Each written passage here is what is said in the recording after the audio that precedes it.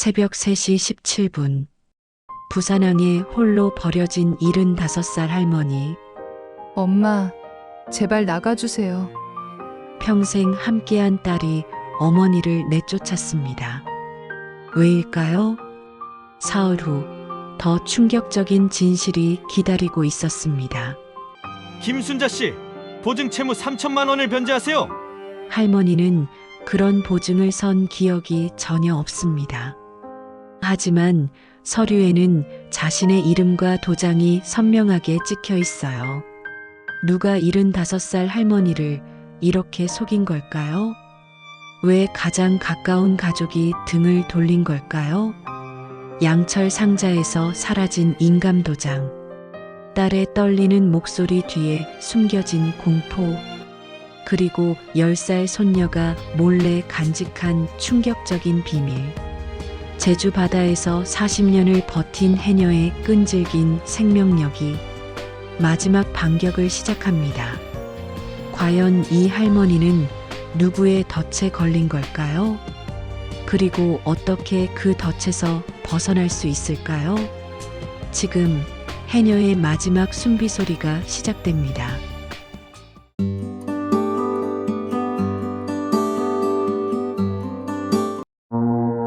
새벽 3시 17분. 부산항 여객 터미널 대기실의 형광등이 윙윙거리며 차가운 빛을 쏟아냅니다. 김순자 75살. 낡은 검은색 캐리어를 끌고 플라스틱 의자에 앉았습니다. 자동 안내방송이 흘러나옵니다. 승객 여러분께 안내 말씀드립니다. 제주 출발 여객선이. 순자의 손은 무릎 위 양철 상자를 꼭 끌어안고 있습니다. 상자 모서리가 낡아서 녹이 슬었습니다. 차가운 금속이 손바닥에 닿자 소름이 돋습니다. 1시간 전, 딸 유나의 목소리가 아직도 귓가에 맴돕니다. 엄마, 미안해. 정말 미안해. 유나는 고개를 들지 못했습니다. 눈물이 뚝뚝 떨어졌어요. 며칠만 다른 곳에 계실 수 있을까? 순자는 그때를 떠올립니다. 유나의 떨리는 목소리 뒤로 사위 도균이 팔짱을 끼고 서 있었습니다. 차가운 눈빛으로 지켜보고 있었어요. 유나가 말을 끝내자 도균은 고개를 끄덕였습니다. 마치 시나리오대로 진행되는 것처럼요. 대기실 시계가 째깍거립니다. 새벽 3시 18분. 순자는 양철 상자 뚜껑을 살짝 열어봅니다. 안에는 낡은 통장 2개, 그리고 빨간 목도리가 들어 있습니다. 목도리에서 오래된 모직 냄새가 납니다. 유나가 중학교 때 떠준 것입니다. 엄마, 제주도 겨울은 춥잖아요. 그때 유나는 수줍게 웃으며 목도리를 건넸습니다. 서투른 뜨개질이었지만 마음이 느껴졌어요. 매일 목에 두르고 다녀주세요. 순자는 목도리를 만져봅니다. 실이 몇 군데 풀렸지만 따뜻합니다. 가슴속 깊은 곳에서 뭔가 올라옵니다. 울음도 아니고 화도 아닙니다. 그냥 버텨야겠다는 마음이에요. 대기실에 청소 아저씨가 들어옵니다. 소독약 냄새가 나자 순자는 잠시 눈을 감습니다. 제주 바다 냄새가 그립습니다. 상자를 다시 닫으려는데 이상합니다. 평소보다 가볍네요. 분명히 인감 도장도 넣어뒀는데 말이에요. 순자는 다시 상자를 뒤집어 봅니다. 통장 2개, 빨간 목도리. 인감 도장이 없습니다. 기억을 더듬어 봅니다. 지난주에 도균이 말했었죠. 어머님, 은행일 때문에 도장 좀 써도 될까요? 유나 명의로 급하게 처리할 서류가 있어서요. 그때 도장을 건넸나요? 순자의 손이 떨립니다. 뭔가 잘못된 기분입니다. 크게 잘못된 것 같아요. 새벽 3시 20분. 순자는 캐리어 손잡이를 꽉 잡습니다. 여기 앉아 있으면 얼어 죽겠습니다. 어디든 따뜻한 곳으로 가야 해요. 대기실을 나서며 뒤돌아봅니다. 시계가 여전히 째깍거립니다. 새벽 3시 21분. 이 시간을 기억해둬야겠습니다. 모든 게 바뀐 순간이니까요. 순자는 양철 상자를 가슴에 끌어안고 터미널 밖으로 걸어갑니다. 찬 새벽 공기가 폐 속으로 들어옵니다. 제주 바닷바람과는 다른 공기입니다. 하지만 숨 쉴 수 있습니다. 아직 살아있으니까요. 오늘 하루만 버티자. 순자는 속으로 되뇌입니다. 내일은 뭔가 달라질 거야. 그리고 부산항 새벽 거리 속으로 걸어갑니다. 발걸음이 의외로 단단합니다. 아직 포기하지 않았거든요. 오전 6시 자갈치 시장 입구에 순자가 서 있습니다. 밤새 부산항 주변을 헤맸는데 결국 바다 냄새를 따라 여기까지 왔습니다. 캐리어 바퀴가 덜컹거리며 시장 안으로 들어갑니다. 해산물 가게들이 줄지어 늘어서 있습니다.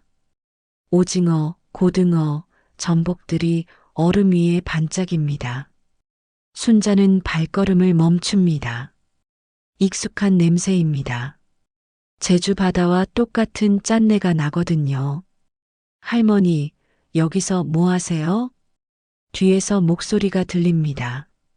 돌아보니 40대 여자가 앞치마를 두르고 서 있습니다.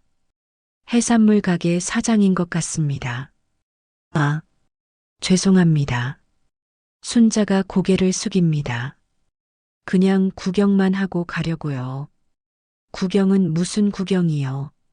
여자가 웃습니다. 김영자입니다. 이 가게 주인이고요. 할머니 혹시 어디서 오셨어요? 제주도에서 왔습니다.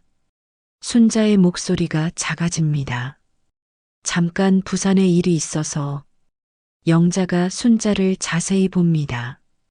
캐리어, 양철 상자, 지친 얼굴. 뭔가 사연이 있어 보입니다. 혹시 배고프지 않으세요? 영자가 물어봅니다. 아침도 못 드셨을 것 같은데.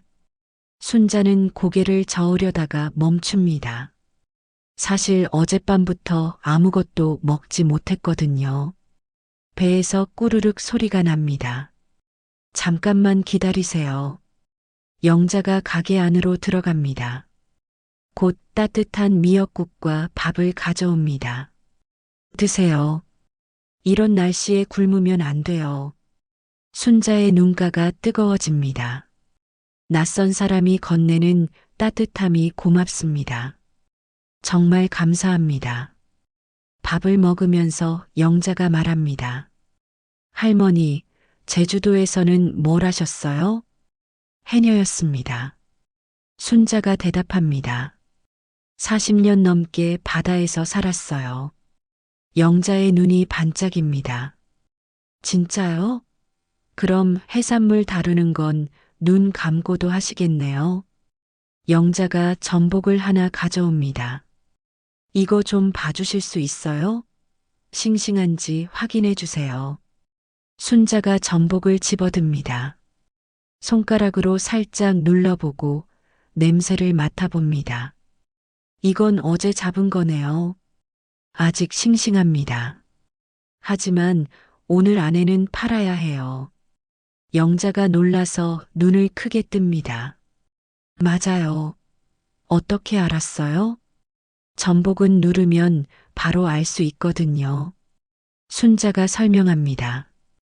하루 지나면 살이 좀 더 무르거든요. 영자가 다른 해산물들도 가져옵니다. 문어, 오징어, 미역까지. 순자는 하나씩 만져보며 상태를 확인합니다. 이 문어는 삶는 시간을 줄여야 하고요. 오징어는 좀 더 큰 걸로 골라야 합니다. 영자가 감탄합니다. 할머니, 완전 전문가시네요. 우리 가게에서 일해보실 생각 없으세요? 순자가 깜짝 놀랍니다. 저요? 정말요? 네, 정말입니다. 영자가 진지하게 말합니다. 요즘 해산물 좀 아는 사람 찾기가 힘들거든요. 손님들한테 제대로 설명해 줄 수 있는 사람이 필요해요. 순자의 가슴이 두근거립니다. 어젯밤까지만 해도 막막했는데 갑자기 희망이 보입니다.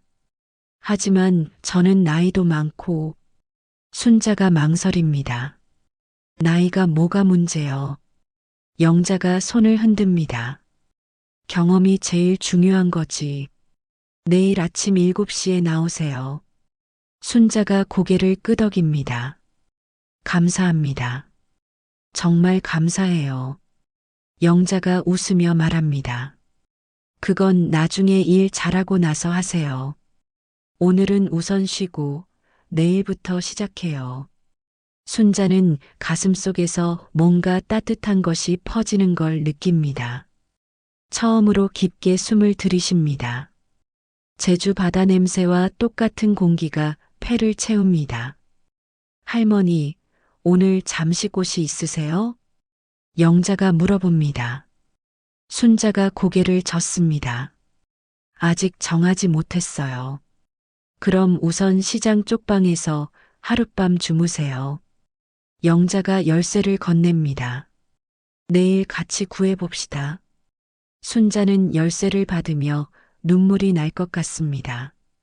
어제까지만 해도 절망뿐이었는데 오늘은 희망이 보입니다. 사람의 마음이 이렇게 빨리 바뀔 수 있나 싶어요. 저녁이 되어 작은 쪽방에 앉아 있습니다. 순자는 양철 상자를 무릎에 올려놓고 빨간 목도리를 꺼냅니다. 목에 두르니 따뜻합니다. 유나가 떠준 마음이 느껴져요. 내일부터 다시 시작이구나.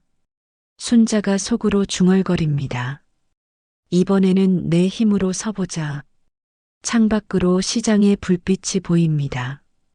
새벽 3시 17분에 절망했던 시간이 이제는 멀게 느껴집니다. 순자는 처음으로 푹 잠들 수 있을 것 같습니다. 손은 여전히 바다를 기억하고 있거든요. 일주일 후, 자갈치 시장 영잔의 해산물 가게 앞에 사람들이 줄을 서 있습니다. 할머니, 이 전복 어떻게 고르는 거예요? 문어는 언제까지 삶아야 하나요? 순자가 바쁘게 손님들을 상대합니다.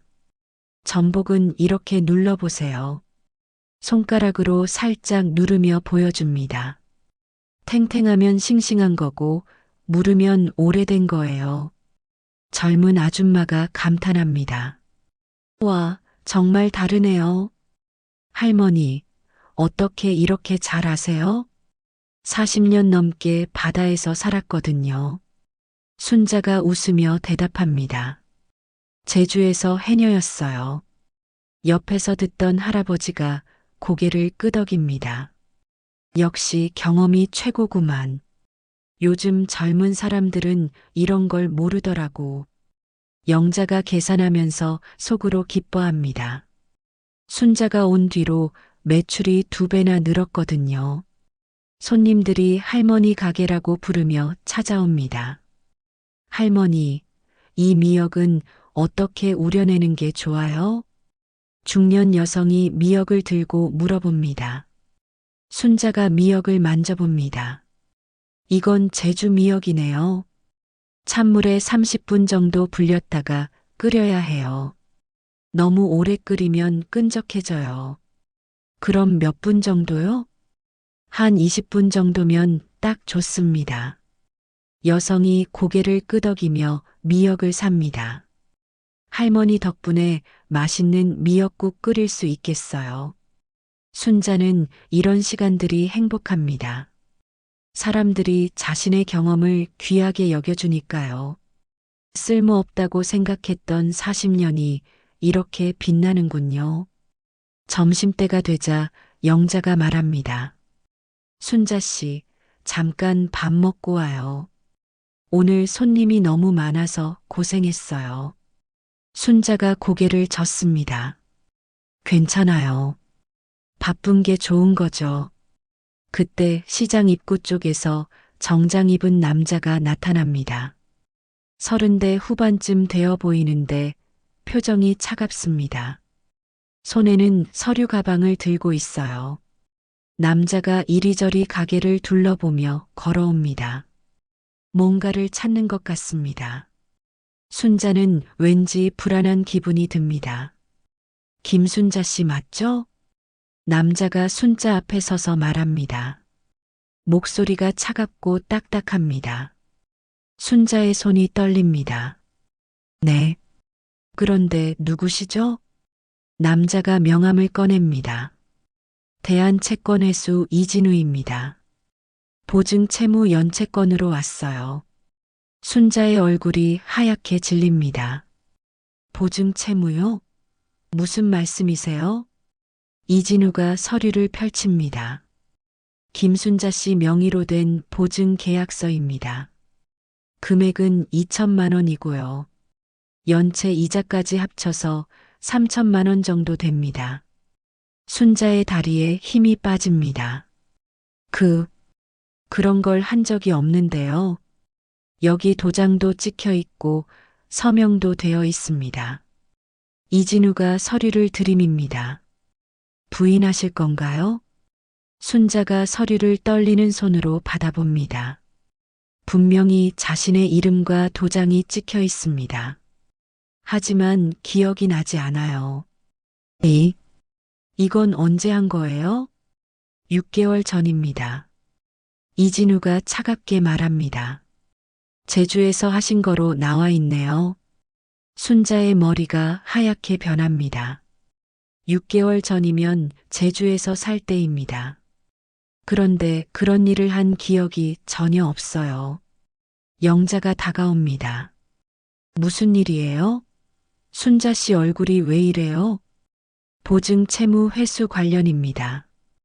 이진우가 영자를 쳐다봅니다. 개인적인 일이니까 끼어들지 마세요. 영자가 화가 납니다. 우리 직원한테 무슨 일인지는 알아야죠.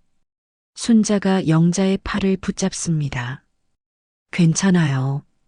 제가 처리할게요. 이진우가 계속 말합니다. 일주일 안에 변제 계획서를 제출하세요. 아니면 법적 조치 들어갑니다. 순자의 손에서 생선 손질용 칼이 덜컥 떨어집니다. 칼이 바닥에 떨어지며 쨍그랑 소리가 납니다. 주변 손님들이 모두 쳐다봅니다. 할머니, 괜찮으세요? 손님 하나가 걱정스럽게 물어봅니다. 순자는 대답할 수가 없습니다. 3천만 원이라는 숫자가 머릿속을 맴돕니다. 평생 모아도 마련하기 힘든 돈이에요. 이진우가 명함을 놓고 갑니다.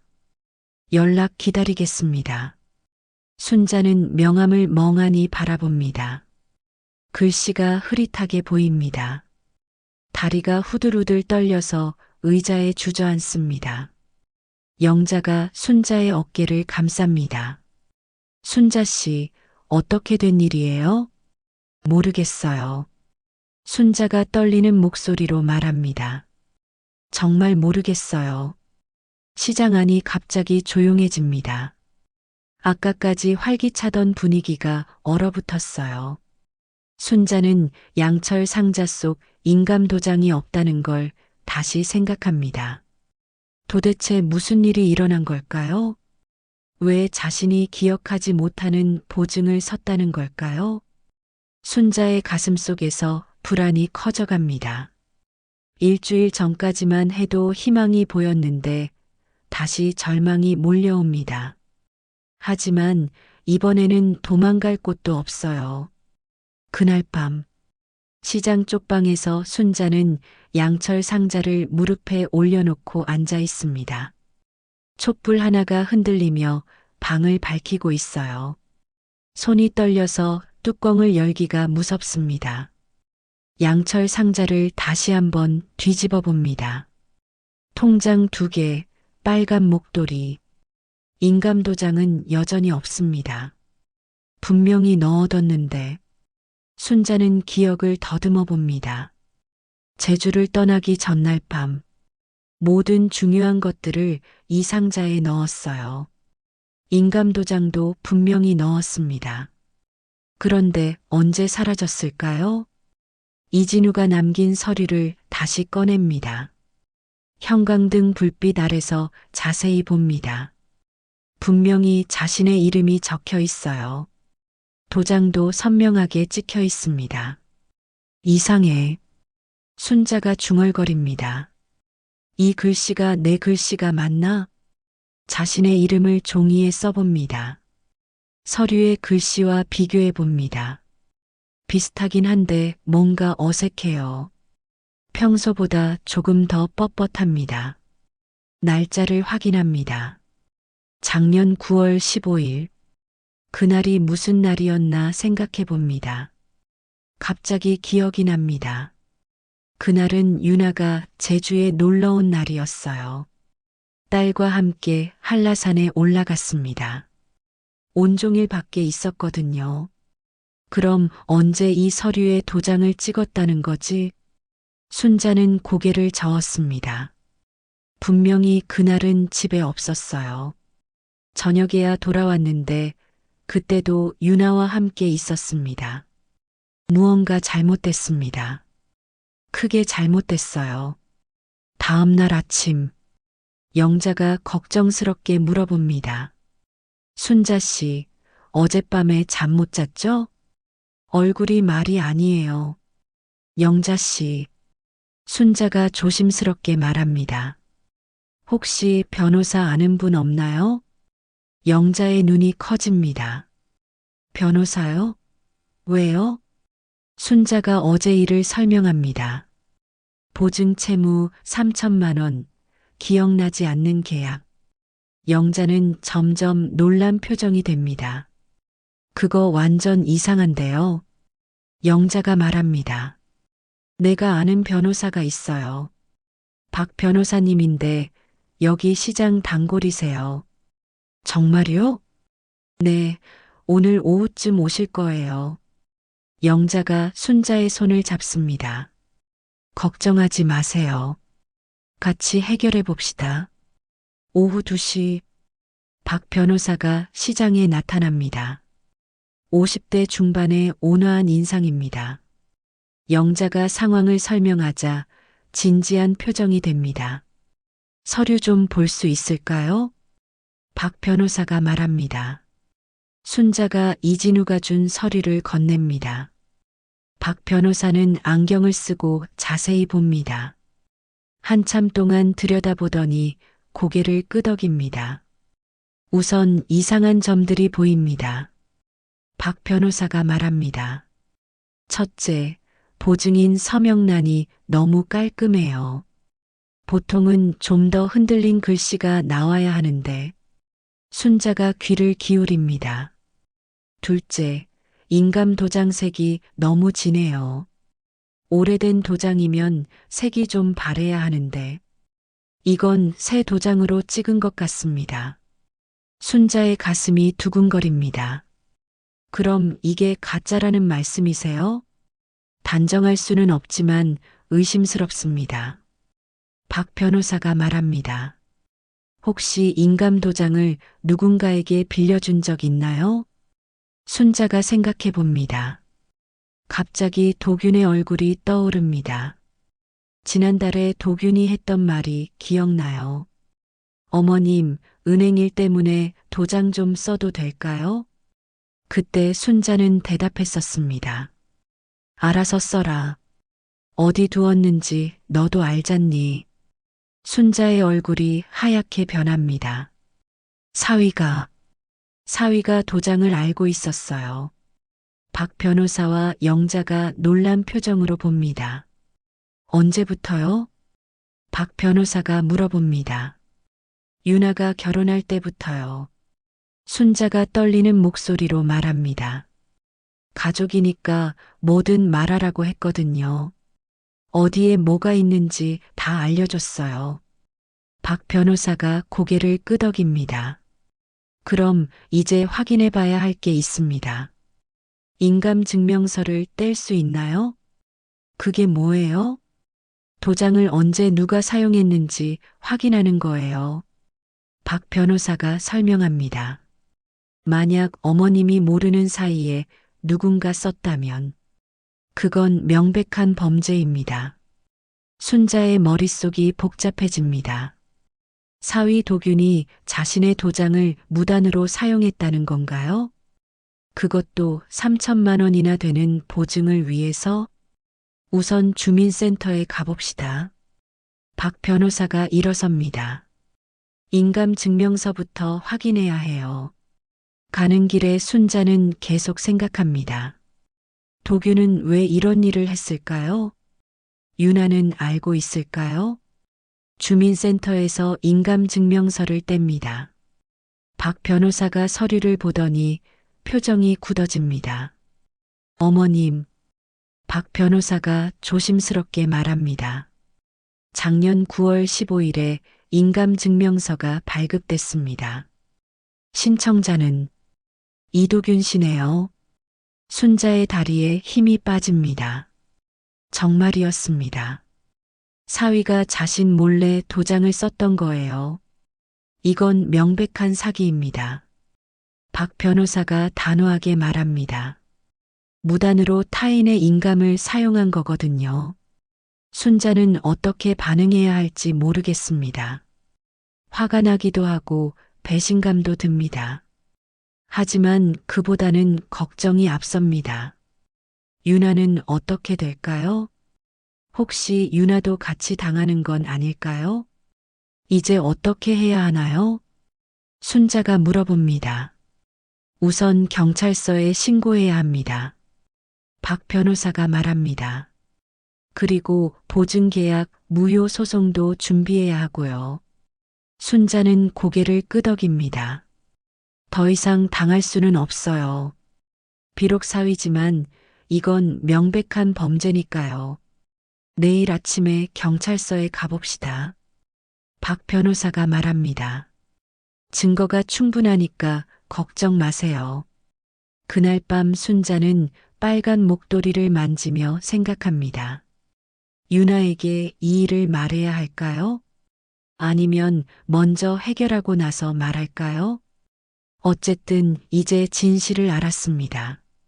자신이 당한 게 아니라 당하고 있다는 거요. 하지만 이제는 가만히 있지 않겠습니다. 다음 날 오전 박 변호사 사무실에 순자와 영자가 앉아 있습니다.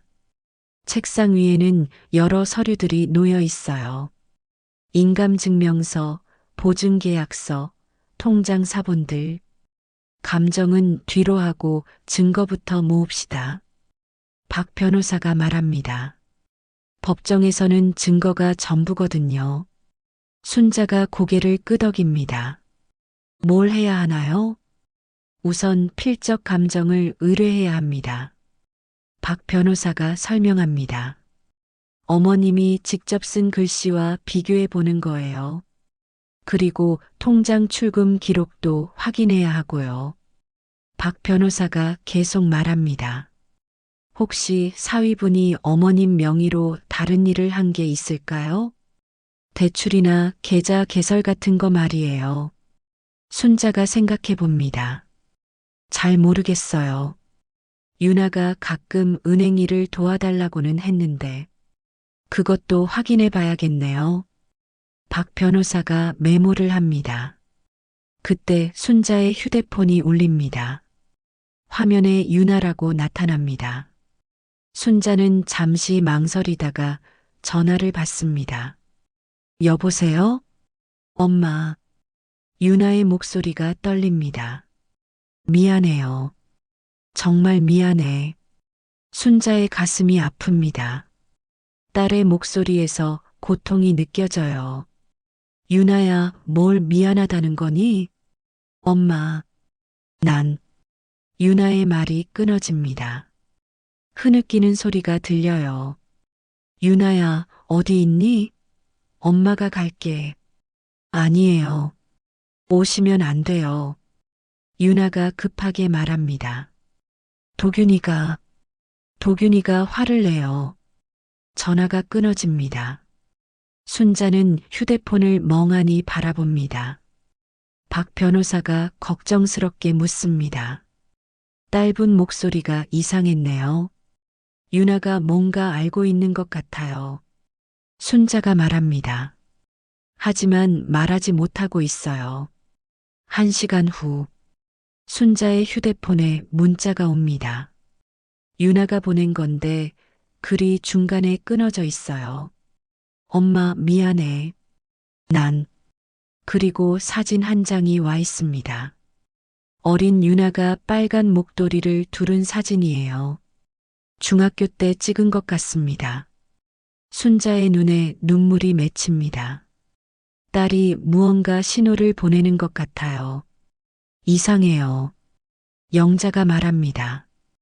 왜 갑자기 옛날 사진을 보내는 거죠? 그때 또 문자가 옵니다. 이번에는 아린이의 이름으로 온 거예요. 순자의 손녀 아린이. 외할머니, 엄마가 보내라고 했어요. 그리고 음성 파일 하나가 첨부되어 있습니다. 순자가 음성 파일을 틉니다. 아린이의 어린 목소리가 들려와요. 엄마, 외할머니한테 말하지 마. 아빠가 화내. 그 다음에 남자 목소리가 들립니다. 도균의 목소리예요. 도장, 장모님 상자에 있어. 내가 알아서 할 테니까 신경 쓰지 마. 순자의 손이 떨립니다. 결정적인 증거입니다. 도균이 직접 인정한 거예요. 박 변호사가 놀라며 말합니다. 이거 대단한 증거네요. 녹음 파일로 남아있잖아요. 아린이가 언제 이걸 녹음한 거죠? 순자가 물어봅니다. 영자가 추측해 봅니다.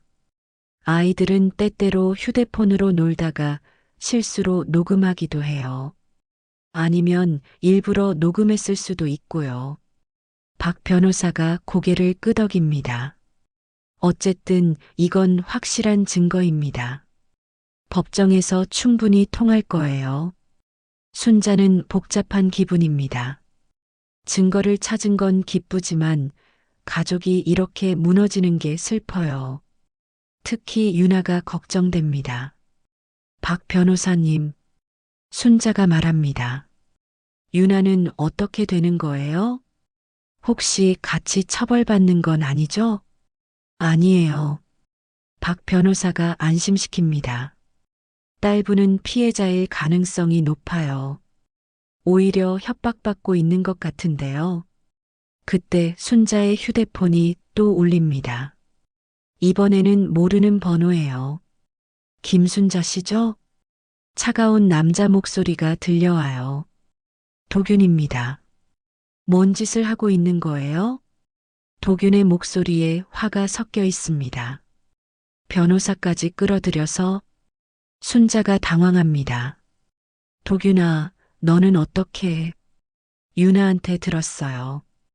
도균이 말합니다. 어머님, 이 일은 조용히 처리하는 게 좋을 거예요. 괜히 시끄럽게 만들면 유나만 힘들어져요. 위협하는 말투입니다. 순자의 가슴이 두근거려요. 박 변호사가 손짓으로 전화를 끊으라고 합니다. 순자가 전화를 끊습니다. 완전히 협박이네요. 박 변호사가 말합니다. 이것도 녹음해 둘 걸 그랬어요. 이제 어떻게 해야 하죠? 순자가 물어봅니다. 계획대로 진행합니다. 박 변호사가 단호하게 말합니다. 필적 감정, 통장 조회, 그리고 경찰 신고. 증거가 충분하니까 걱정하지 마세요. 순자는 결심을 굳힙니다. 비록 사위지만 이런 일을 할 수는 없어요. 그리고 유나를 구해야 합니다. 알겠습니다. 순자가 말합니다. 끝까지 해봅시다. 영자가 순자의 손을 잡습니다. 우리가 같이 있어요. 혼자가 아니에요. 순자는 고마움을 느낍니다. 가족에게는 배신당했지만 새로운 가족을 만났어요. 시장 사람들이 진짜 가족이 되어주고 있거든요. 저녁에 시장으로 돌아갑니다. 순자는 빨간 목도리를 꺼내서 목에 둘러봅니다. 유나가 보낸 사진을 다시 봅니다. 기다려, 유나야. 순자가 속으로 말합니다. 엄마가 너를 구해줄게. 내일부터 본격적인 싸움이 시작됩니다. 하지만 이제 무서워하지 않아요. 진실과 증거가 있으니까요. 그 다음날 저녁, 자갈치 시장 문을 닫을 시간입니다. 순자가 마지막 정리를 하고 있는데 누군가 가게 앞에 서 있습니다. 고개를 들어보니 유나입니다. 엄마. 유나의 얼굴이 많이 야위었습니다. 눈가에 다크서클이 짙어요. 며칠 동안 잠을 못 잔 것 같습니다. 순자의 가슴이 아픕니다. 유나야, 여기까지 어떻게 왔니? 엄마, 이제 말해야겠어요. 유나가 떨리는 목소리로 말합니다. 더 이상 숨길 수 없어요. 영자가 자리를 피하려고 하자 유나가 말합니다. 괜찮아요. 들으셔도 돼요. 어차피 다 알려질 일이니까. 유나가 의자에 앉습니다. 손이 떨려서 물잔을 제대로 잡지 못해요. 엄마, 그날 내가 한 말이 아니었어요. 유나가 울먹이며 말합니다. 무슨 말이니?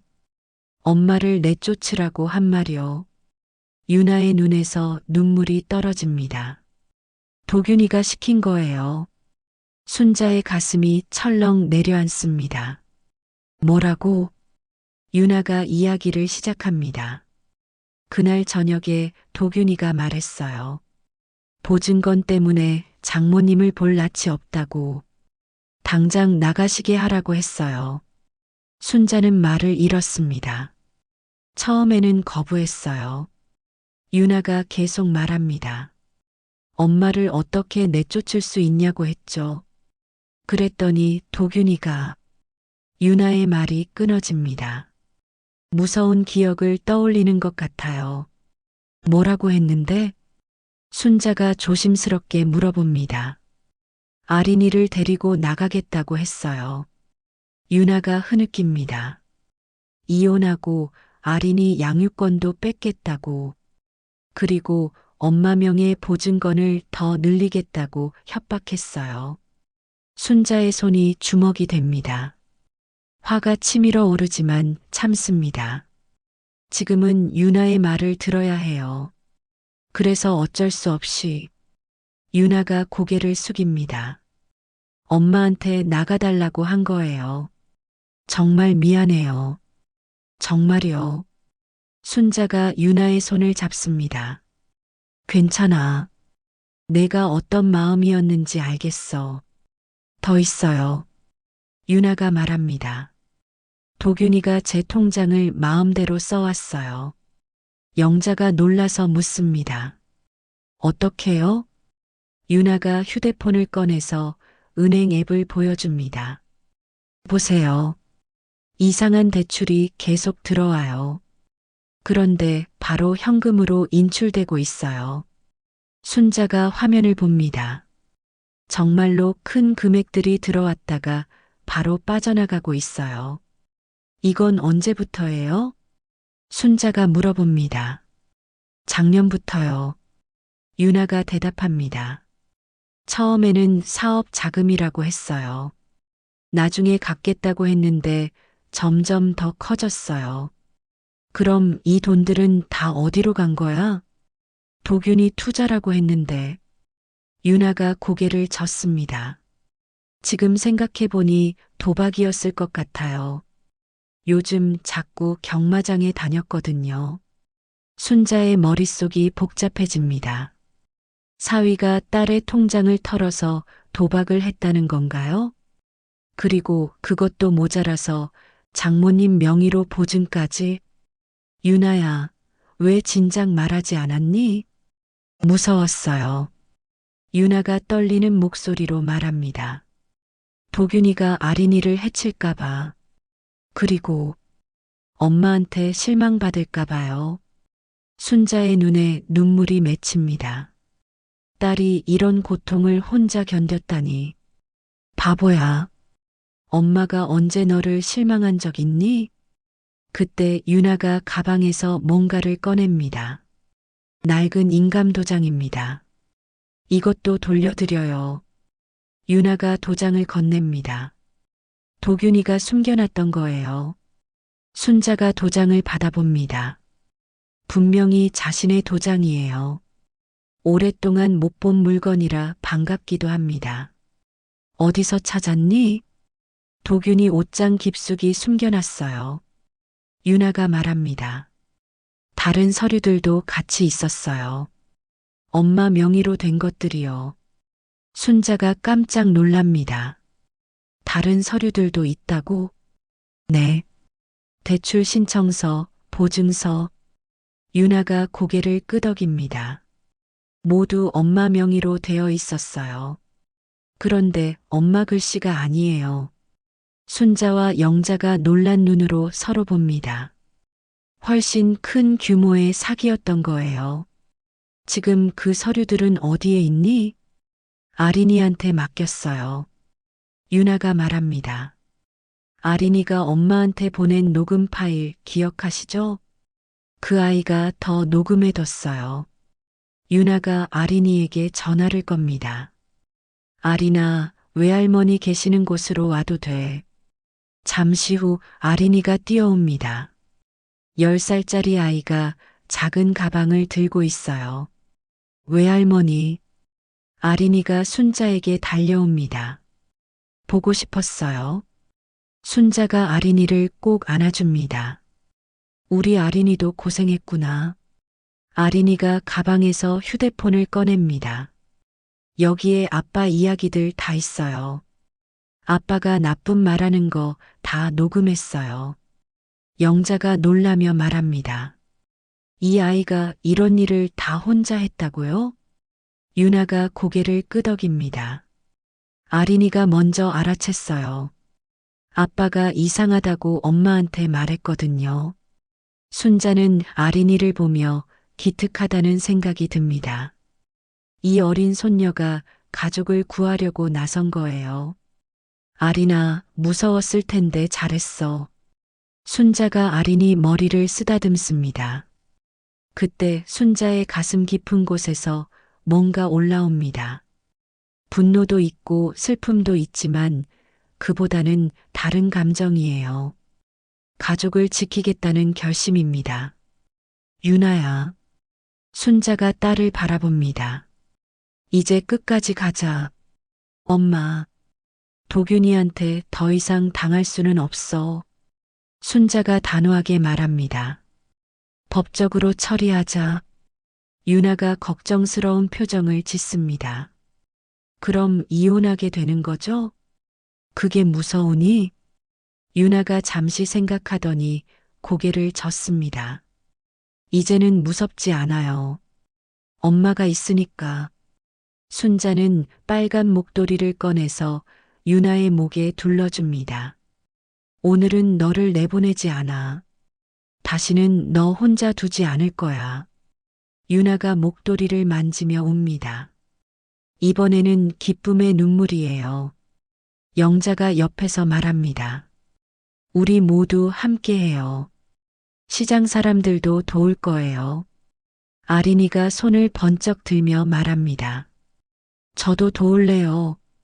순자는 웃음이 나옵니다. 가족이 다시 하나가 된 기분이에요. 이제 진짜 싸움을 시작할 수 있겠어요.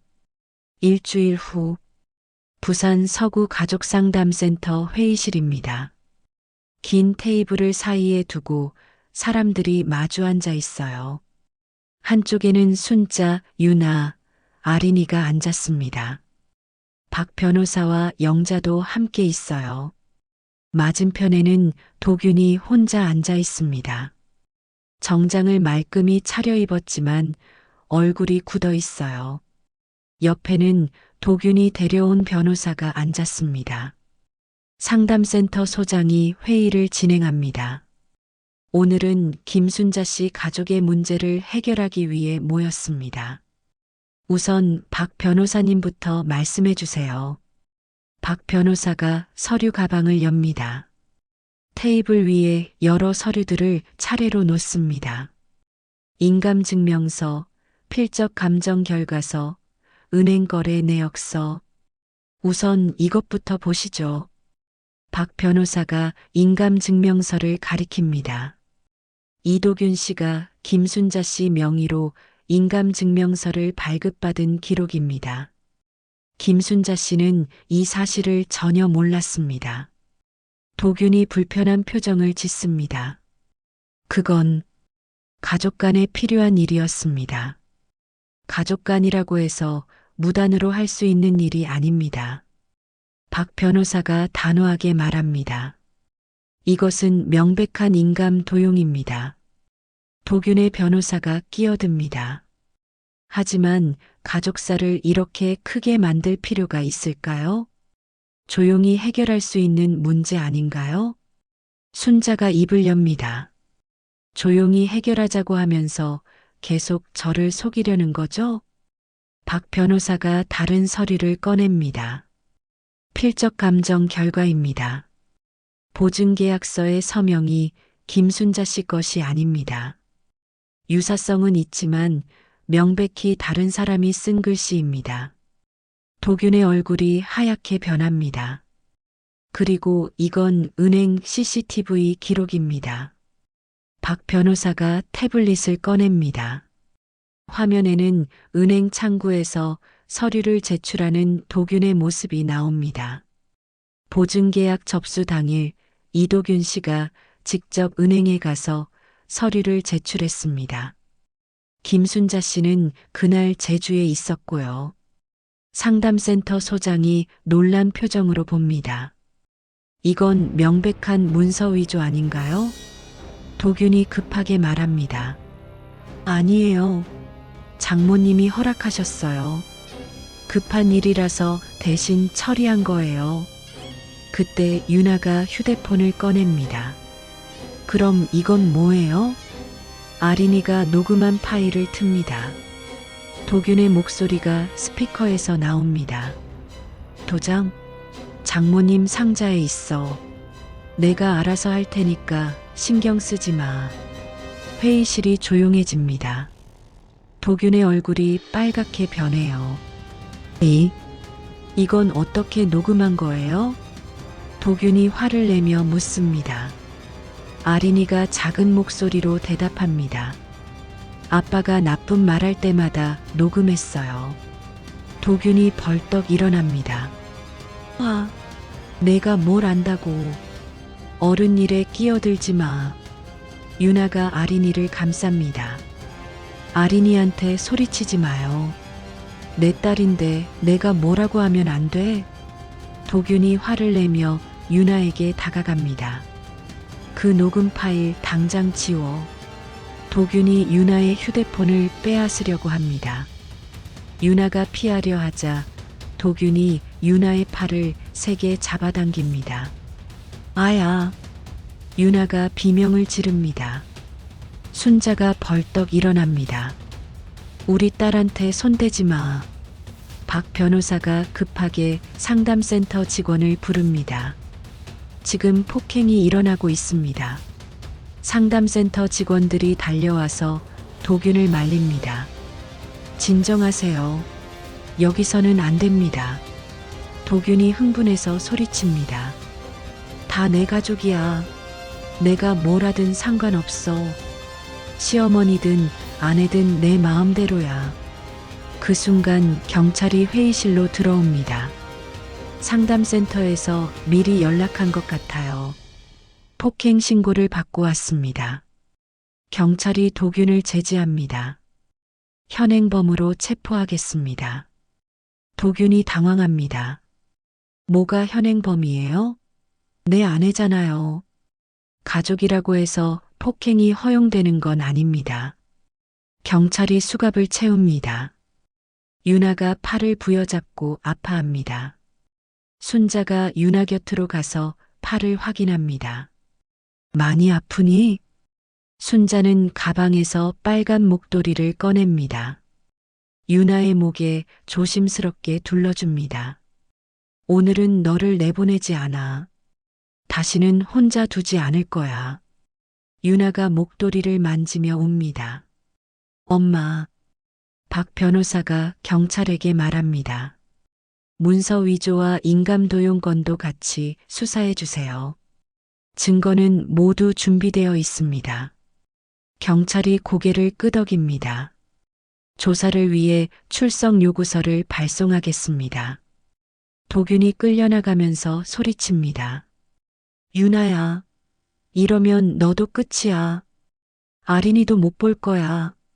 상담센터 소장이 말합니다. 피해자 보호 신청을 하겠습니다.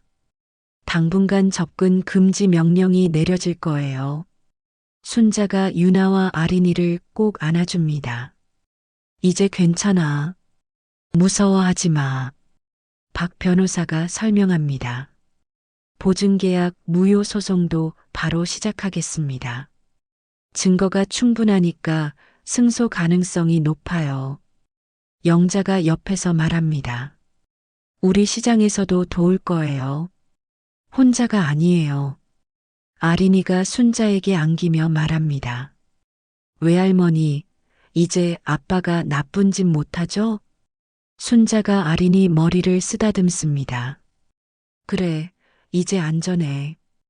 회의실이 조용해집니다.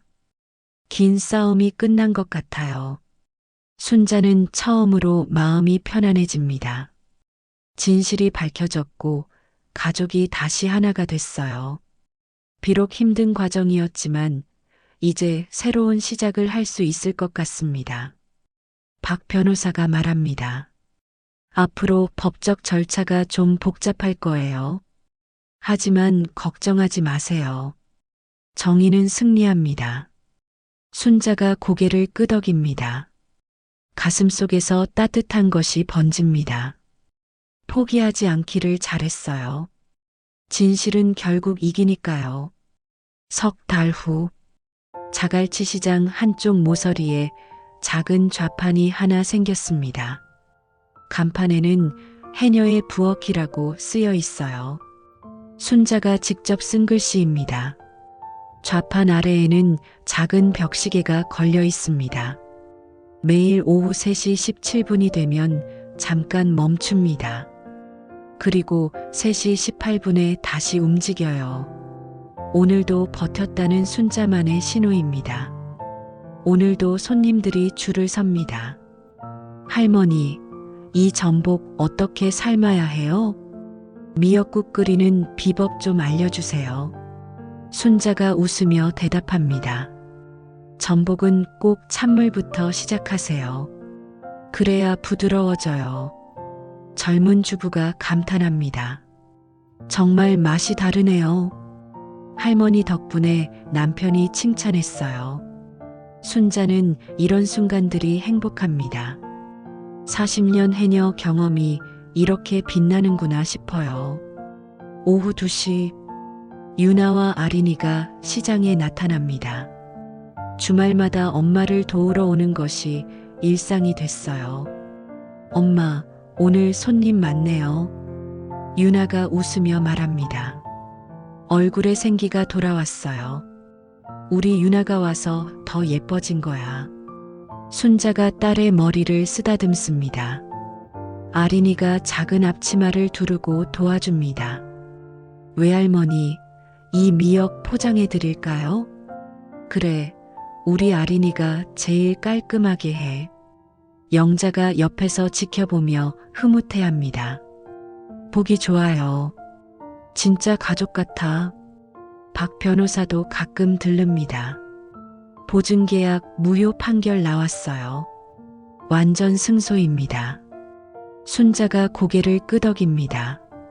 고생 많으셨어요. 도균 씨는 문서 위조와 폭행으로 집행유예 판결 받았고요. 박 변호사가 설명합니다. 당분간은 접근 못하게 되어 있어요. 유나가 조용히 말합니다. 이혼 절차도 거의 끝났어요. 아린이 양육권은 제가 갖게 됐고요. 순자는 다행이라는 생각이 듭니다. 비록 가족이 해체됐지만 더 건강한 가족이 될 수 있을 거예요. 저녁이 되어 장사를 마칩니다. 순자, 유나, 아린이가 작은 테이블에 앉습니다. 오늘 팔았던 조개로 끓인 해물 미역국에서 김이 올라옵니다. 엄마, 유나가 조심스럽게 말합니다. 같이 살자는 말은 급하게 안 할게요. 대신 매주 이렇게 밥 먹어요. 순자가 미소를 짓습니다. 우린 한 그릇씩 천천히 다시 끓이면 돼. 아린이가 미역국을 후후 불며 말합니다. 저는 외할머니 미역국이 제일 맛있어요. 그럼 아린이도 배워야지. 순자가 말합니다. 언제 엄마 없을 때 끓여줄 수 있게. 유나가 놀라며 묻습니다. 엄마, 요리 가르쳐 줄 거예요? 당연하지. 이제 시간 많아졌잖아. 세 사람이 웃으며 밥을 먹습니다. 김이 오르는 그릇들 사이로 따뜻한 공기가 흘렀습니다. 벽에 걸린 시계를 봅니다. 오후 3시 17분. 시계 바늘이 잠깐 멈춥니다. 순자는 이 시간을 더 이상 무서워하지 않아요. 오히려 감사한 마음이 듭니다. 그때 절망했기에 지금의 희망이 더 소중하거든요. 3시 18분. 시계가 다시 움직입니다. 딱 하는 소리와 함께 한 칸 앞으로 갑니다. 오늘도 한 칸. 순자가 속으로 중얼거립니다. 유나가 빨간 목도리를 만지며 말합니다. 엄마, 이거 다시 떠드릴까요? 아린이 것도 같이요. 순자가 고개를 끄덕입니다. 좋은 생각이야. 우리 셋이 다 똑같이 하자. 아린이가 박수를 칩니다. 와, 할머니, 엄마, 저 모두 빨간 목도리. 저녁 무렵 시장이 조용해집니다. 순자는 혼자 정리를 하며 생각해 봅니다. 처음 이 시장에 왔을 때는 절망뿐이었어요. 하지만 지금은 이곳이 집 같습니다. 사람들이 가족이 되어줬거든요. 영자가 다가옵니다. 순자 씨, 오늘도 고생했어요. 고마워요.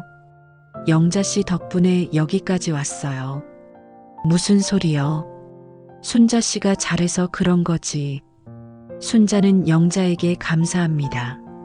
낯선 할머니를 받아준 따뜻한 마음. 그 마음이 모든 걸 바꿔놨어요. 집으로 돌아가는 길. 순자는 바다 냄새를 맡으며 걸어갑니다.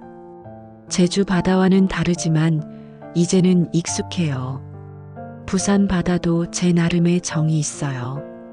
작은 원룸에 들어갑니다. 양철 상자를 꺼내서 엽니다. 인감도장, 통장, 그리고 빨간 목도리. 모든 게 제자리에 있어요. 순자는 목도리를 목에 둘러봅니다. 유나의 마음이 여전히 따뜻해요.